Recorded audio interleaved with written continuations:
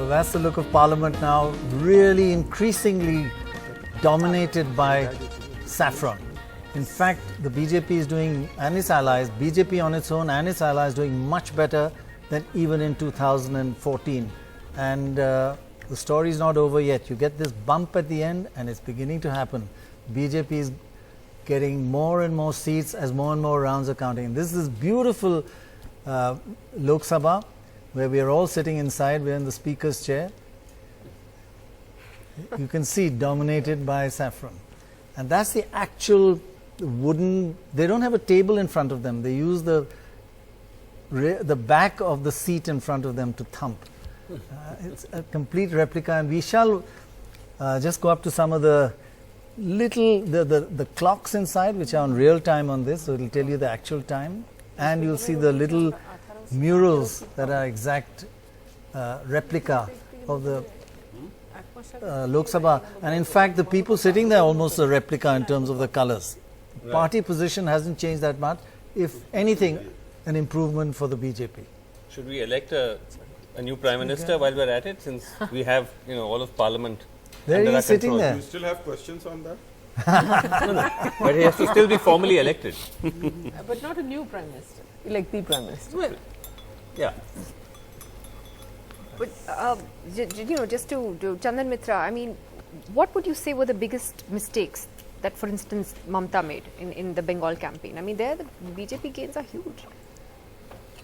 No, I don't see her making a mistake really, because she worked exactly the way she worked in the past, and which has always given her good results. I think the organization was very strong, Trinamool. Her schemes for the rural areas in particular were very popular, well liked. Yeah, the central schemes became a competitor, and she rejected many central schemes, saying we don't need them, we have our own schemes to replace. But so did Naveen Patnaik.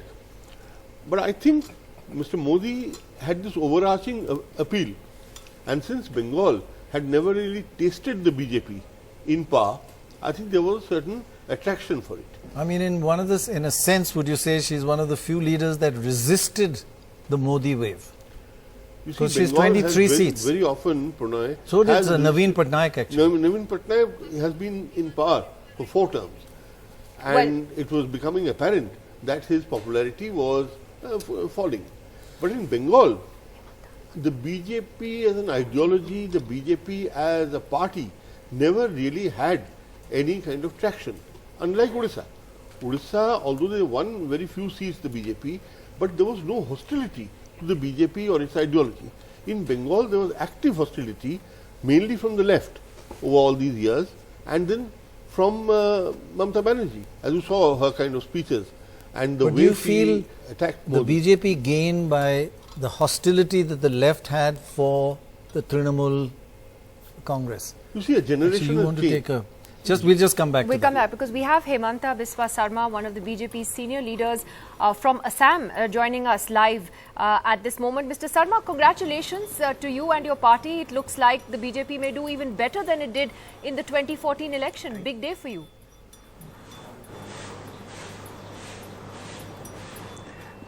Yes, I think this is a big thumbs up for Prime Minister Modi. We are surely doing better than 2014. Biswas, I've just had breaking news that the Congress party regrets everything and wants to come to you and ask you for some advice. They're going to come and meet you and ask you for some advice. And I'll advise them to give a decent retirement to Rahul Gandhi. ouch. But And then you'll you'll rewind history and you'll join them again?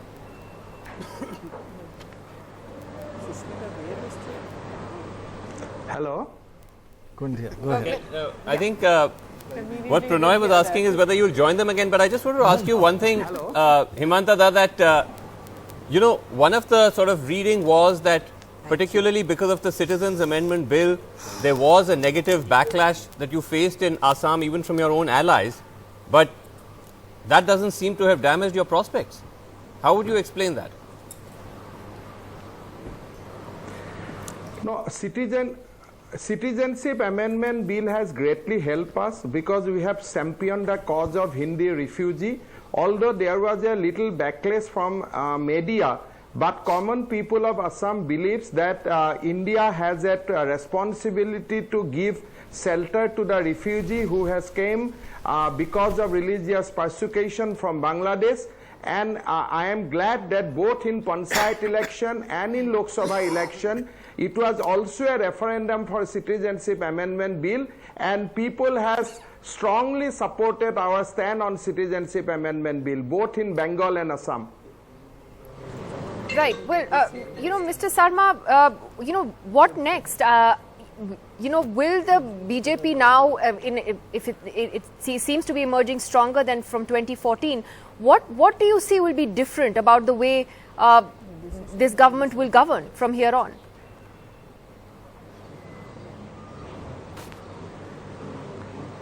I think Prime Minister has, I had been in the Prime Minister meeting with NDA leader day before yesterday. He has said two things which is very important. He said that India, as we moving towards 75 years of independence, in India caste system should be redefined. There should be only one caste, one class, that is poor. And we should do everything possible towards upliftment of poor. He has strongly said that there should not be caste system in India, that is except one caste, that is the poor. I believe that these 5 years will be dedicated towards the upliftment of poor. He has also said that in India that few states has progressed, but few other states has remained backward. So one of the mandate of the new government will to look into this geographical development disparity, and he said that it will be our endeavor to bring the backward state into the equal development footing with that of forward state in the country. So that two were the big statement of Prime Minister Modi in the NDA meet. But Himanta, I just want to ask you that when you say on one hand that you want to erase caste boundaries and just have one caste as poor, but on the other hand, when you also have something like the Citizenship Amendment Bill, which is actually discriminating on the basis of religion and which many people believe is unconstitutional, how do you reconcile these two things?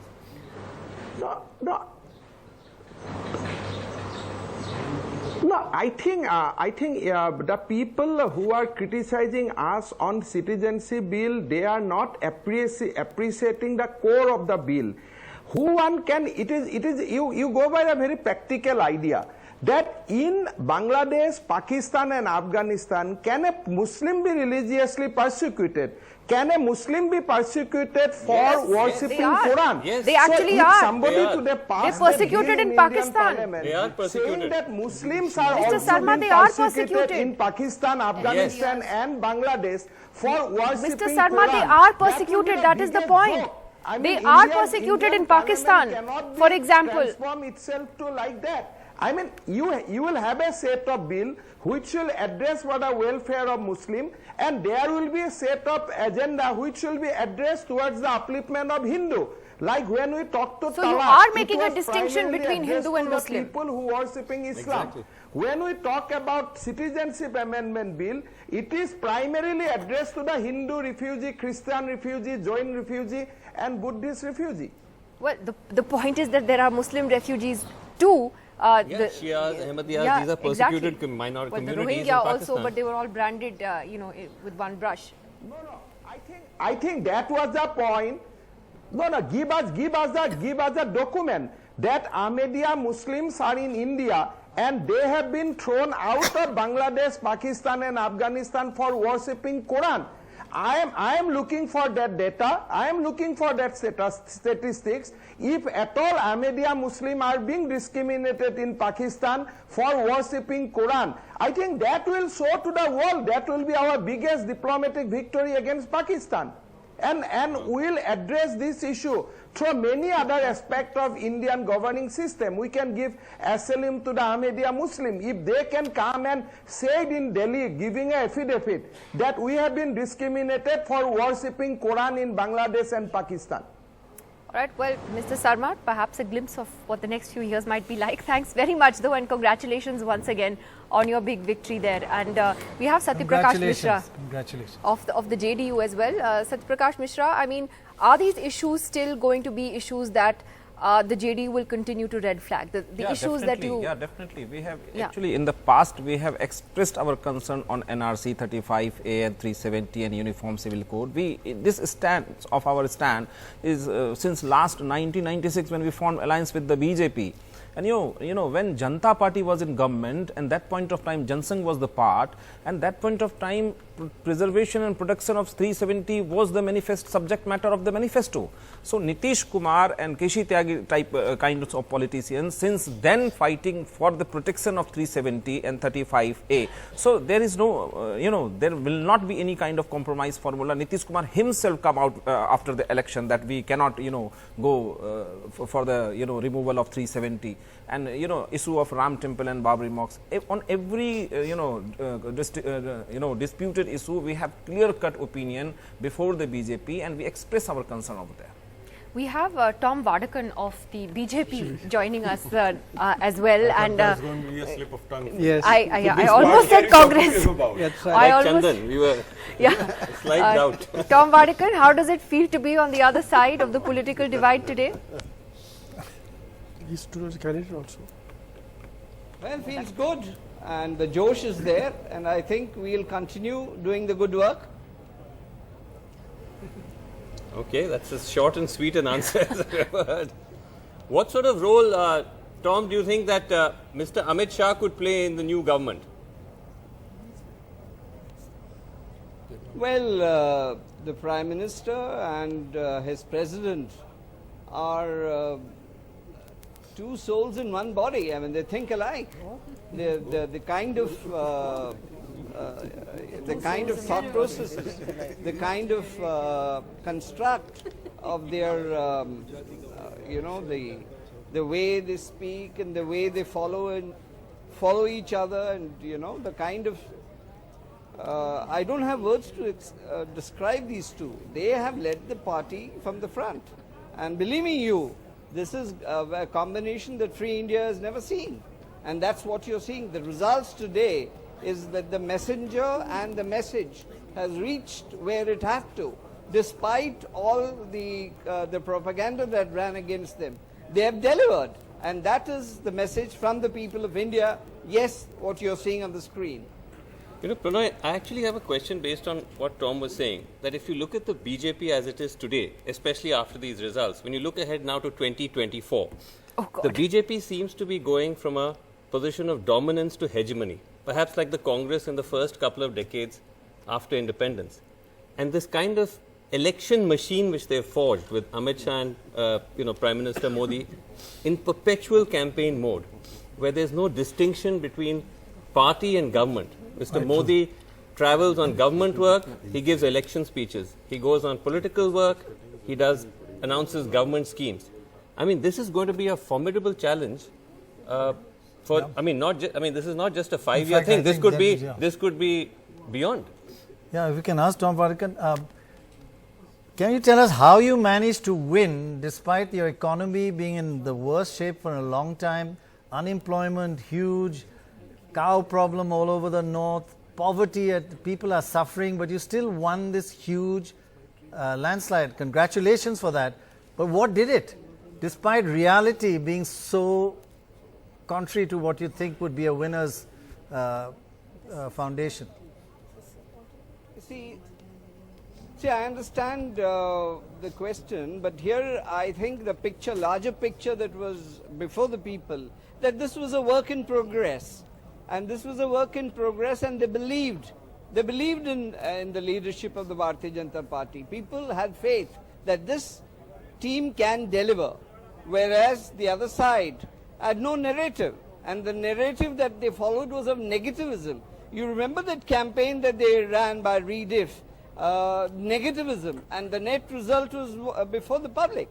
In India, negativism doesn't sell, and the point here is an aspirational India looking forward for a stable country, and it's not just business as usual, but they want to look forward, that the economy is put on the right track, and they believe that the Bharatiya Janata Party can deliver. When people believe you, there's nothing to come between the people and the leadership. Right. Mr. Vadakan, thanks very much for that. Sagarika, you want to weigh in on the question actually that Vasu raised about the hegemony of the BJP? It's very much like the Congress system of the 60s and 70s, where there was this massive behemoth. But I have a point about so could this be 10, not just 5 years, but are we talking of 10 years, perhaps more?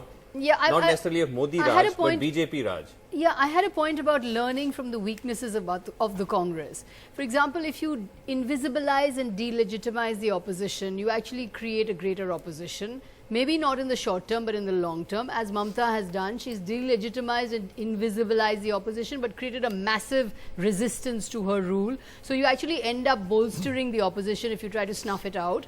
That's a lesson number one. Second of all, the centralized party structure. I think the BJP surge in the 80s was the collegiate party that had been built by Advani and Vajpayee with the number of leaders at the second tier. I think if the BJP gets out of the collegiate party system and goes in for a centralized, single-focus, one-man show type leadership, then again it could imitate the weaknesses of the Congress, which is the centralized leadership and not having that collegiate structure which powered its growth in the first place. Thirdly, this reliance on Modi and the reliance on the personality cult of Mr. Modi, enormously popular. I think his popularity is probably like Jawaharlal Nehru today. He's even he's far bigger than his party. So this structure, often we have seen in these huge personality cults, they actually end up weakening the party structure and alienating allies. I mean, I'm sure the JDU would not be that comfortable with a political system in which your relevance is entirely dependent on the personality of Mr. Narendra Modi. I mean, if it wasn't for Mr. Narendra Modi, would you even have won? And what does that mean for your relevance? What does that mean for your survival? What does that mean for you as a party? The growth rate of Bihar is 11.3%. Every village, every household of every village has electricity facility. The good governance is there, and we had the 16% vote share in the 2014 Lok Sabha election. That was respected none other than Amit Shah and Prime Minister Narendra Modi, and we got 17 seats, equal partnership in this election.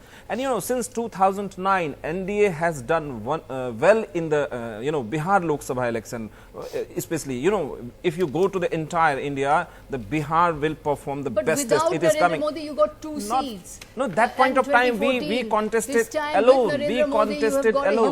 That point of time we contested alone, and we had 16% vote share, and we won 2 seats. Aarti Jairath had a point. When you go for an assembly election, you need the BJP more than the BJP needs you. So you can't afford to irritate the BJP at all. In 2005 assembly election, we had very few seats of MLAs, but BJP chose our leader to be the chief minister. Such kind of respect from the BJP to the Nitish Kumar matters. So don't worry about NDA but at all. Wouldn't a weakened Modi have been good for you? Not at all. Why would he would say like that? to weaken Modi? I mean, Why? generally, Why? Modi would I have think stayed that there. Modi will be better for India. I think we need to stop analyzing what's happening in India in conventional political terms. There is a new phenomenon called Modi, who has emerged and dominates the landscape, and he's completely redefining it. And I think the main problem for us who traveled on the ground and failed to see this wave, and even for political parties who are trying to challenge him, they have not understood the impact of this Modi phenomenon. And if your vote share figures that you flashed earlier, if they turn out to be true, and there is actually very early rounds, so all we right, have to but look at if the BJP's vote share actually goes up, then that means that Modi has cut through caste, cut through creed, cut through regions, and he has won on the basis of a new kind of politics. And unless we understand there's no doubt about that, there's but no one way should we can also challenge him. spend a moment. Religion. Yeah, I was just going to say, we should spend That's a the one. moment. Has cut through religion. No, we should spend a moment. No. Use religion. No Muslims are voting for the BJP. BJP is not having, just 1 second. BJP is hardly any candidates that are Muslims. So I take I think we should all spend a second to think about 185 million people and what they're feeling today. Can you disenfranchise There's trepidation and worry and fear in them. And I've talked to many of them before this. And there's no reaching out by the BJP. They have fewer and fewer candidates. They don't even go to Muslim areas. I mean, they've just cut off 185 million people. Just spend a minute thinking about them. Please. It's a serious problem. They are India. You know, one thing is about winnability. When you are in a competitive politics, you would like candidates to win. That is probably one of the reasons. Now, secondly, let me finish off. I mean, nodding heads would not, cut through me. I can disagree with you if you don't mind. Sorry to say that. But the fact remains, Muslim women have voted. Please remember. We have the data. Your data may be there, but the response that we have from the ground that Muslim women have come out and voted. Secondly, this is a big myth. Secondly, let me complete. Secondly, the schemes don't vote for Muslims Christmas. also. Have you heard that phrase? Turkeys don't vote for Christmas. Let me. I am not going into Turkey and Christmas right now. Then I'll have to go to Deepavali and other festivals also. Everything is political. Sorry. That was on the lighter side, the way you were. Christmas is anti-national. So Takas don't vote for matches. See, let me answer. Let me answer. Can't defeat Prannoy. No, that's fine. His English is much better than me. But let me talk on Bengali. Let me on content. I'm not a Bengali, although I look like one. Yes. I was in Kolkata 2 days back participating in a national debate there, Indian Chamber of Commerce. And I met a lot of people in Bengal. And there was a lot of groundswell for BJP there. They said they were only worried whether it would convert into vote share or not.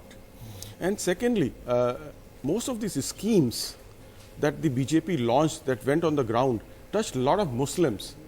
The one factor that came out was that many Muslims who were supposed to vote for the non-BJP parties did not come out and vote because of the benefits they received under the scheme. That is also a plus for BJP, and tomorrow there is a... What about the word termite? No. See, those rhetorics I am not going into, but the fact remains these schemes that the government launched has touched Muslims, Hindus and others. In this victory, don't you think you need to introspect, not only in defeat, introspect about are you reaching out enough to 185 million people? Are you doing enough? And will you change? Well, the fact is BJP's image, that kind of image that has been created, that it is anti-Muslim. It is not. The schemes, Ayushman Bharat, the health scheme started from a Muslim Mewat. They especially ensured that it started from Mewat. You especially ensured that. It wouldn't have happened otherwise. No. So it's a symbolic thing. No, it's not symbolic. It's the outreach. You see it as symbolic. I see it as an outreach to Muslim community. But no Muslim candidate in UP. Therefore, Muslims are also changing. The BJP is also changing. The day you say, yes, we need to introspect, we need to reach out more, everybody will feel happier. If you say you're doing enough, you've done enough, I think that's the biggest worry for... It's an ongoing process. The party has already outreached them. The process is an ongoing one. More and more people will be reached, and Muslims are also now changing. That anti-BJP image is slowly changing. Well, I'm not sure on what basis you keep saying that. One second, one moment, guys, one moment. We have Nalin Kohli of the BJP. Under Mr. Vajpayee. Yeah. So Nalin Kohli of the BJP is joining us from the BJP headquarters. Nalin, first of all, a big congratulations to you and for the big victory of the party today. Just to sort of continue the conversation that Prannoy was having with Deshratan Nigam here, will there be perhaps an introspection and a more conscious effort made by the BJP now, even with this majority, to address the fears and concerns of Muslims who do feel a certain sense of trepidation? Thank you, Nidhi, for those good wishes, and good afternoon to everyone on the panel there. Congratulations. Four things as opening comments, and I'll answer your question. Thank you. I'll answer your question after that. First is that this is clearly not just a victory of the leadership of Prime Minister Modi, but we attribute it to the work that he did over the last 5 years, the honesty of intent which started translating in terms of delivery, and the promise that he's laying out for the future ahead in terms of the work that needs to be done. Also, I think our party president will deserve credit for stitching together the alliances, making the NDA stronger, and more importantly, creating an organizational structure that could benefit in terms of the work that the government did. And this is a pro-incumbency vote. It's not happened in a very long time in this country. So that's the opening comment. With regards to what you say is the fear, I think a lot of it is perceived. And I have 3-4 comments to make on that. Number one, there is a narrative that has been against the BJP consistently. Aarti just now said that this is Narendra Modi ji coming and redefining the parameters. And I think you need to, that's something I've said from 2014. If people are going to wear the perceptions of the past, wear spectacles to see the things in the manner that they believe they wish to see it, they're never going to get it right. The government of Prime Minister Modi for 5 years did not have a single decision or agenda that could say that it was against Muslims, Hindus, Christians, Buddhists, Parsis, Jews. There was not a decision that was discriminatory. What is the confusion is that a few individual comments that come from, say, lawmakers is perceived to be the policy of the government, which is incorrect. Article 19, and I say this as an advocate, does not apply one way. Article 19 applies to everyone who has a point of view. You can't say that a BJP lawmaker cannot have a point of view, even though that may not be government policy.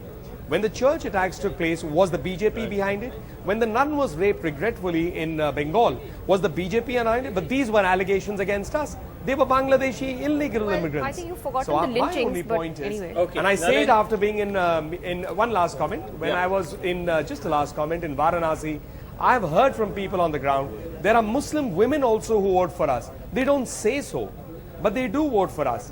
But yes, should a government be inclusive? Of course. A government has to be inclusive because that's what Prime Minister Modi have said. Right. The government of India is the government of India. It's not the government of only the BJP or those who vote for the BJP.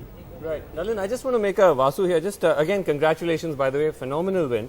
But just to make a point about what you said about a few instances. And of course, the credit goes to the Karyakartas and the leaders. Right. And a few instances that you said of speeches that are made here and there. We've actually been tracking on NDTV what we call VIP hate speech. That is hateful comments made by high-ranking politicians.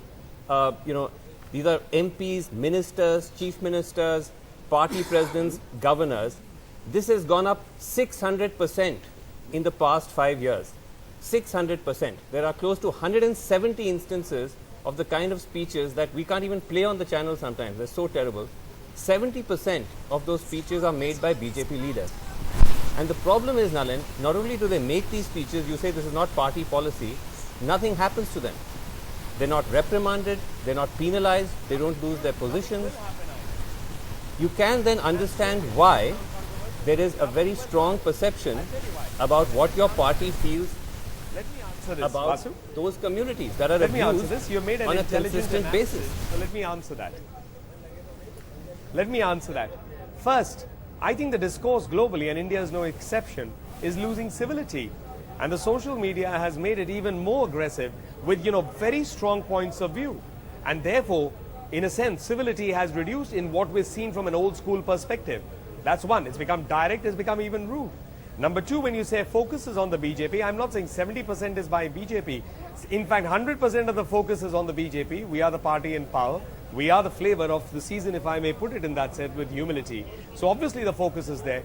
The third is, let's not forget, a lot of obnoxious things have been said from Indira Gandhi's time, but not reported. That's the nature of campaigning also, because all sorts of people are there.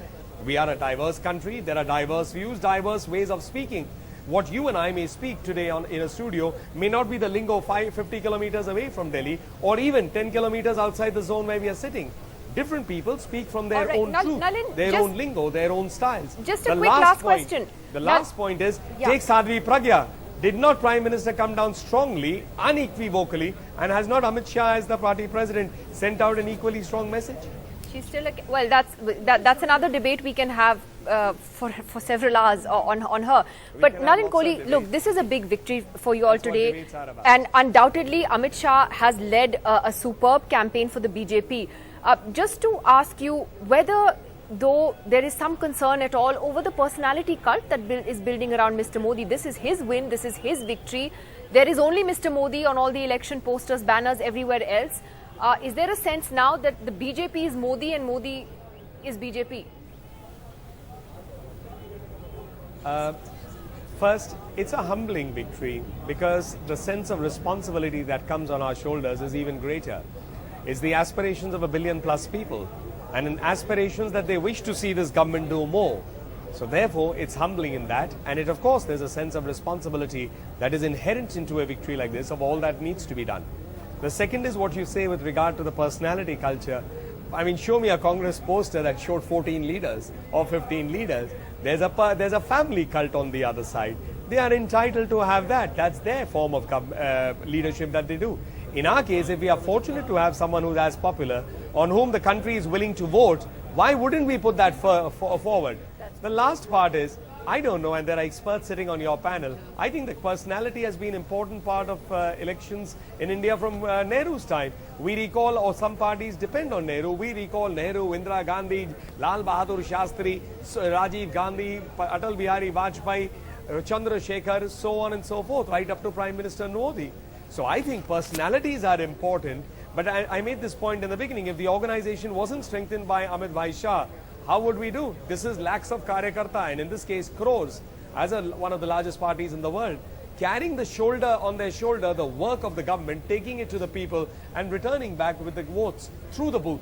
So I think the party is very important, if not even more important than earlier. Thank you very much, and many congratulations once again. It's a astounding victory. Many congratulations to you on this panel after a long time. Thank you. Thank you. I just wanted to make a point on the Muslim vote.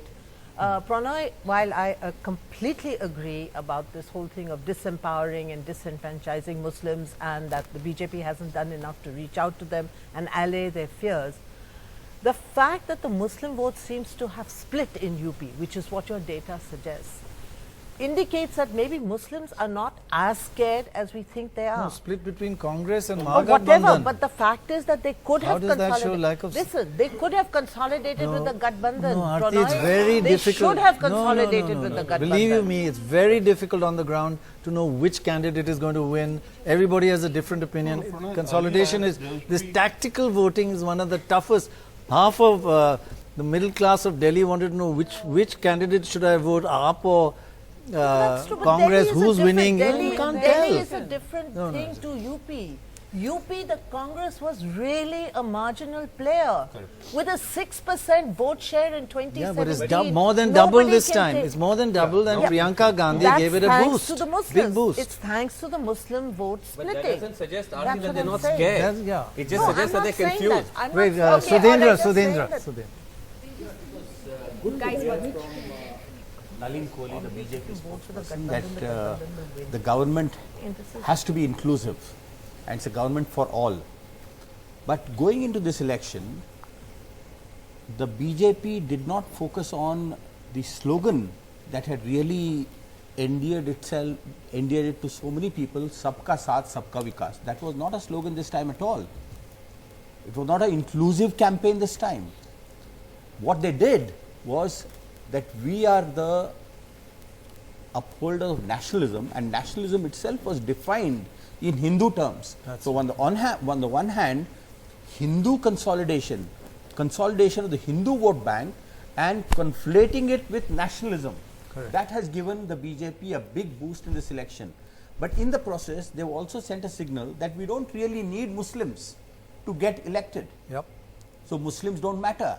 They are not giving tickets to Muslims, and Muslim issues, Muslim concern, Muslim aspirations have not really figured in their campaign. If at all, some of their leading functionaries have had absolutely no hesitation in talking against Muslims, including the Prime Minister himself. You know, his talk about minority and majority constituency, what is it? It was also a polarizing campaign. So therefore, the concerns of the Muslim community certainly remain, and we have to wait and watch how NDA 3.0 will address this very important question. And Sudhindra, just one more point to that, just to add. Not only are they living in anxiety now, I mean, I've talked to hundreds of them on our travels. They also, if this intensifies, it's breeding ground for terrorists to come up. If somebody gets lynched, your brother gets lynched, your mother gets lynched, your father gets lynched, it's a breeding ground. So the Prime Minister you're creating did not condemn the many incidents of mob lynching. I'm going to take this moment just for a second to go across to Amitoj, who's at the Congress headquarters here in Delhi. And Amitoj, anyone around? We saw Priyanka Gandhi driving into Rahul Gandhi's house a couple of hours ago. But any word at all whether we will hear from Rahul Gandhi later in the day or not?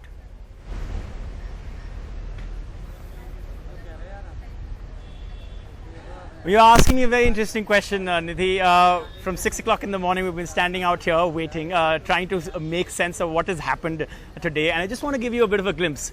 Look at that. I don't want to call it that, but it just feels like a bit of a morning out here. And I'm stopping short of calling it that, but just a few things that I've been talking to Congress spokespersons out here, people within the Congress, some of them who are really high up in the political leadership. Late last night, and in fact spoke to some of them, and they were talking about these three scenarios that you also mentioned a short while back, particularly the first two where they would be in a comfortable, favorable position where they could at least try to cobble up the numbers. Now that's not the case, and in all of this situation, you were expecting a kind of a political khalbali. That's not happened. It's a very clear scenario for the BJP, and the Congress has to answer some tough questions. And that last scenario where they were expecting that they would be in this kind of a situation, perhaps not this bad, but somewhat better than what it is right now, they were thinking that they might even ask for the support of someone like an Uddhav Thackeray, and that is what was happening. That they were looking at the fact that they were not getting answers to questions like whether they'll be able to get that Shiv Thackeray kind of an alliance. But if I can just, put forth some questions to those who are there, because these are the questions, the tough questions that the BJP will ask of the Congress. Should Rahul Gandhi, keeping in mind what's happening in Amethi, actually resign? Should this be an opportunity for the Congress to perhaps put Priyanka Gandhi in the prime position? Because there is a sentiment amongst many that she is the favorable candidate for a prime ministerial post in the future for the Congress. And if not for Amethi, then for the overall position of the Congress, where it has this debacle that has gone on, should Rahul Gandhi be removed and somebody else come up and take that position? Those are questions that will be asked. And the final question, why is it that the Congress didn't come together in states and do what it needed to do, even if it had to settle for 2 seats in UP, if it had to settle for just, giving the Aam Aadmi Party 1 or 2 in Punjab, and in Delhi giving all 7 to the Aam Aadmi Party. I mean, what's happened out here in Delhi? Just to give you a sense of West Delhi and Northwest Delhi, the bellwethers that have been mentioned in Dr. Roy's book also, for 11 Lok Sabha elections since 1977, West Delhi has actually gone ahead and decided who would actually be forming the government centrally, and that's exactly what's happened this time. Within the first hour, we knew about that,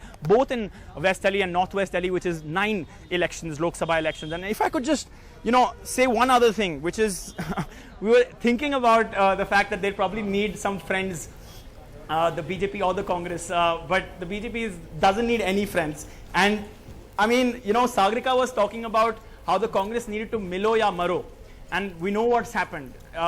So there are some tough questions for the Congress, and I was in Delhi and I saw this kind of a wave for the BJP with the Congress in the AAP split. I saw that in Western UP also. It wasn't clear what was going to happen. There was this, clear sentiment, and it wasn't about nationalism. It was simply Modi. It wasn't about Vikas. It was just Modi. Each candidate was riding on that aspect of Modi. And I just want to end by asking all of you a question out here on a lighter note. It has to be asked. How's the Josh? What's your answer? Answer your own questions. No, you raised very important questions. What are you hearing about what's happening in the Congress party?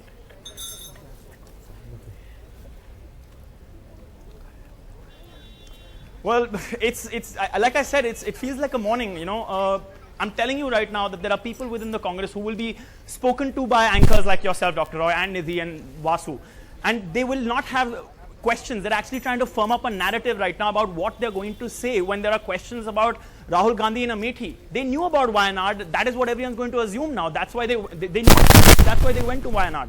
So, if you ask me about how's the Josh, it is down. The only thing that they feel good about is that they have given, they feel that they are still, if you look at the graph, it couldn't have gone worse than what happened last time, right? So they're still going up, and they still have to believe that they can come back in the next election and do better. But I think the worry is not now about what's happened here. This was perhaps expected. The exit polls have got it right. The worry is Karnataka. The worry is Madhya Pradesh. The worry is the other states that they could potentially lose, that they had a chance of winning after this election.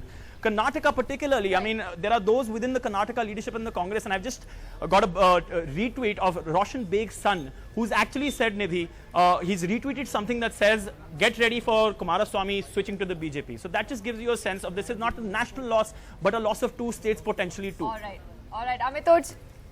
Thanks so much for that update from the. If they lose one more seat, the Congress, there won't be another leader of the opposition.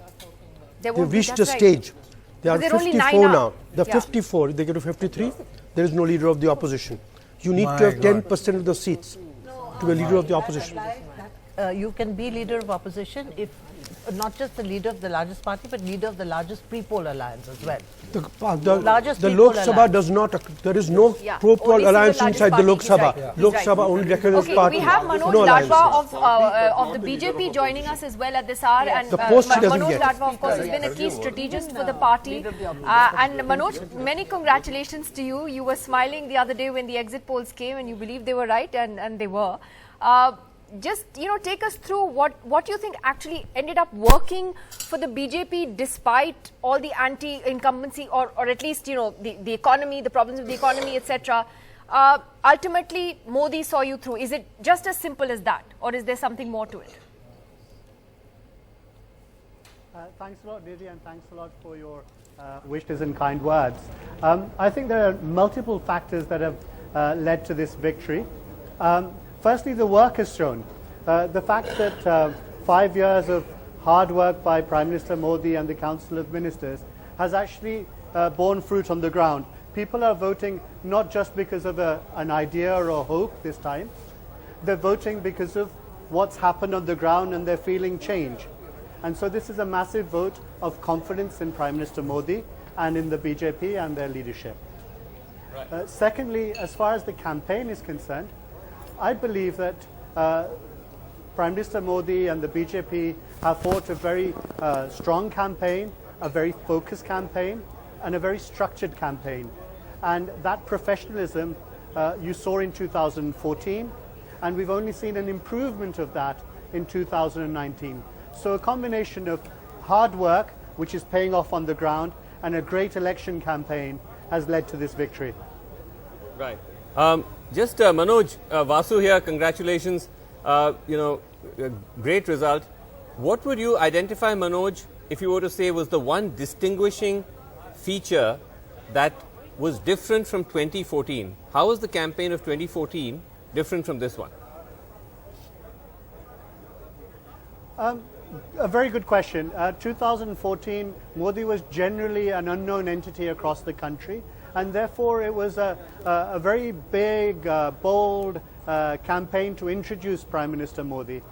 This time, if you actually analyze it, the BJP fought 7 different mini campaigns. And in each different section of the campaign, you saw a subtle change of gear, a subtle change of messaging across the campaign as it built up to the final 2 or 3 phases. So I saw that as the big distinct feature of the BJP campaign against the other parties who thought that they could lead with maybe one slogan or one narrative and one size fits all. That doesn't work in India. You do need to be nuanced, and I think that was a major distinguishing factor. And again, I've mentioned Prime Minister Modi. I think we should also acknowledge the hard work and graft of Amit Shah as well, and the work he did at booth levels across the country. Some people ridiculed it at the time, some people didn't recognize it, but if you see it, the results here are showing that the work of the grassroots is paying dividends for the BJP. Finally, Manoj, you're based out of the UK, and the NRIs have been a sort of a huge support base for Mr. Modi all these 5 years, and clearly that love affair continues. They still love him. Yes, of course. Can you imagine any other global leader that could fill Wembley Stadium, Madison Square Gardens? He is a rock star. He is really admired by the NRI community and people of Indian origin, but not because of the charisma. There is, of course, charisma, but it's because of the vision that he has, and it's a vision that people of Indian origin and NRIs have actually bought into. They've seen the progress in the West, and they want to see that same progress happening in India as well. They want to see good roads, they want to see good schools, good hospitals, and it's that progress that the NRI community has really bought into, and that's why you're going to see the support only grow. All right, Manoj Ladwar, thank you very much. Ram, can I just ask you a Bengali question? There's a global... Why are you laughing? Sorry. He's making There's a global swing to the right in almost every country. Is there such a thing as a global phenomenon, and are we part of that? I'm sure the interlinkages are there, the ideological, the political. And it crosses They boundaries. learn from each other, yes, it is true, but it's not uniform, I think. There could be breaks in the links in the chain, but right now that is a very prominent part of the global political landscape. There's no question about it. But Prannoy, we should not overgeneralize. I think each situation is different. What is unique? I read this article by Ruchir Sharma in the New York Times where he says that somebody who he expected to be a Ronald Reagan ended up being Bernie Sanders. Right, so I read that, yeah. And so on. I mean, I didn't buy But that. there's this Harvard academic, Yasha Monk, who's written that the new global trend now is the elected autocrat. So the person who comes up through democracy and becomes an authoritarian autocrat, but then turns his back on democracy and democratic processes. So Putin, Duterte, Erdogan, Bolsonaro, Orban, these are all the 21st, Trump, Mr. Modi, these are all the 21st century's elected autocrats. But you know that interesting point that Ruchir, that Ram referred to, that Modi was actually seen as a Bernie Sanders, is interesting because on one hand you have a party that's actually taken a hard right turn when it comes to their social agenda, but a left turn when it comes to the economic agenda. Yes. I don't buy that. I don't buy that. We get the worst of both worlds. We get the right get the wing. worst, the worst of both. Okay. Right wing socially and the left wing still economically. You'd like it the other way around. At least I would like one to be right. Good old libertarian. Which one would you like Good to be old right? libertarian. Libertarian. Economics at least. But I think not economics. Well, I mean, since I have only one vote, so I can't speak for everybody. But if you have this verdict and this government, then I would like this government to get it right on the economy. It hasn't, because economic growth last 5 years has been dismal. Job creation has been dismal. Many other factors have combined to bring them back into power. It will be very delusional for them to think that all is well, because if they do, moods can change very quickly. Remember Rahul Gandhi, the first 2 years, he would say nothing that won't make our moms cry. After 2 years, he could say nothing that won't make our children laugh. So moods can change very dramatically. And it's important that you see, economy did not seem to play any role at all. With the economy in the doldrum, with prices and the farmer distress being a fact of life, in spite of that, when you have this kind of result in UP of all places, then it is very clear that the economy does not seem to matter. The Prime Minister's own Economic Advisory Council member told us that India is heading into a middle income trap. This was just like 10 days ago. I think middle income is a blessing. If I can just comment on that. Sri Lanka is twice as big as ours in terms of per capita GDP now. Bangladesh will overtake us in 5 years. Just for an issue to be an election issue, it has to be fulfill two criteria. One, it has to be important to you, like distress is, berozgari is very important. The second criteria, that's not enough for the election issue. Second is, voters must be one side is better than the other side at solving it. And that's what failed this time. That is true. Issue of credibility comes into.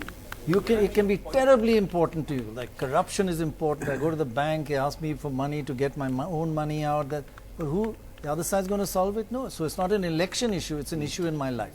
All right, And then I we have to take a break. We are Absolutely. Let's give him one more chance. That's another one point. more. 10 years is the new normal. Quick break. This one will be a little bit longer than 60 seconds, but not that long. So you'll see us again pretty soon. Maybe they don't want to. Before the